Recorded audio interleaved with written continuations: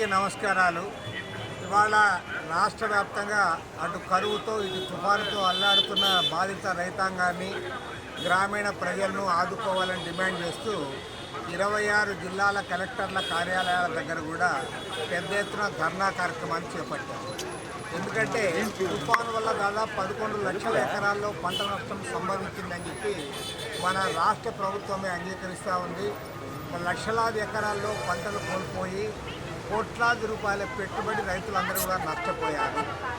ఏదైతే ప్రభుత్వం మురిగిపోయిన ధాన్యాన్ని కూడా కొంటామని చెప్తా ఉన్నారో ఆచరణలో అది జరగడం లేదు. కానీ సక్రమంగా ఎన్యూమరేషన్ చేయడం లేదు. ఇవాళ ధాన్యం పంట పోయింది, అరటి తోటలు కూడా నాశనమయ్యాయి. కోట్లాది రూపాయల పంట నష్టం జరిగితే ఇవాళ దిక్కుదోచిన పరిస్థితుల్లో రైతులందరూ కూడా అల్లాడిపోతూ ఉన్నారు. దీనికి ముందుగా 460 మండలాల్లో కరువు పరిస్థితులు ఏర్పడితే కరువు మండలాలు డిక్లేర్ చేయడానికి కూడా ఈ ప్రభుత్వం ముందుకు రావడం 103 మండలాలు మాత్రమే డిక్లేర్ చేసింది. ఇవాళ సాక్షాత్తు సొంత జిల్లా కడప జిల్లాలో అన్ని మండలాల్లో కూడా కరువు వస్తే ఆయన ఒక్క మండలాన్ని కూడా కరువుగా డిక్లేర్ చేయలే.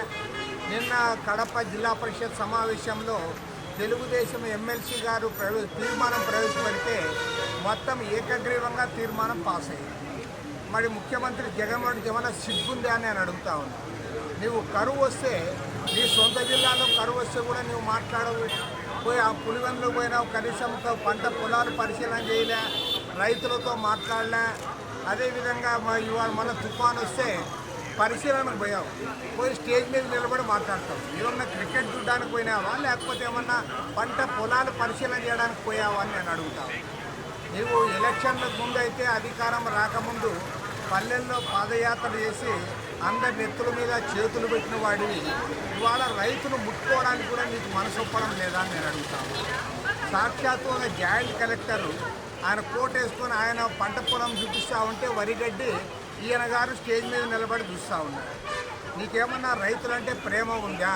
గ్రామీణ ప్రజలు పడుతున్న ఇబ్బందుల గురించి ఏమైనా మాట్లాడుతూ ఉన్నావా? కాబట్టి పూర్తిగా రాష్ట్రానికి అన్యాయం జరుగుతూ ఉంది. ఇవాళ మన పక్కనే ఉన్న కర్ణాటక రాష్ట్ర ముఖ్యమంత్రి సిద్ధరామయ్య గారేమో ఆయన సెప్టెంబర్ 24వ తేదీ క్యాబినెట్ మీటింగ్ పెట్టి కరువు ప్రాంతాలు డిక్లేర్ చేశాడు. అక్టోబర్ మొదటి వారంలోనే కేంద్ర బృందాలు ఎక్కడ పర్యటన చేశారు. కానీ ఇవాళ డిసెంబర్ 12, 13 తేదీల్లో ఇక్కడ పర్యటన చేస్తూ ఉన్నారు. కనీసం ఇప్పుడైనా సరే కేంద్ర ప్రభుత్వం రైతులను ఆదుకోవడానికి ముందుకు రావాలి. రైతులందరికీ కూడా నష్టపరిహారం ఇవ్వాలి, పంట రుణాలన్నీ మాఫీ చేయాలి, గ్రామీణ ఉపాధి హామీ పథకం కింద అందరికీ కూడా పనులు కల్పించాలి. కరువు ప్రాంతాల్లో, తుఫాను ప్రాంతాల్లో విద్యార్థులకు అన్ని రకాల ఫీజులు కూడా మాఫీ చేయాలని కూడా డిమాండ్ చేస్తూ ఉన్నాం. ఈ డిమాండ్ల సాధనకు కేంద్ర రాష్ట్ర ప్రభుత్వాలపైన ఒత్తిడి తేవడానికి పూనుకుంటా ఉన్నాం. అవసరమైతే ఢిల్లీ స్థాయిలో కూడా ఉద్యమాన్ని మేము ముందుకు తీసుకుపోతాం. ఢిల్లీకి పోవడానికి కూడా మేము ప్రయత్నాలు చేస్తాం.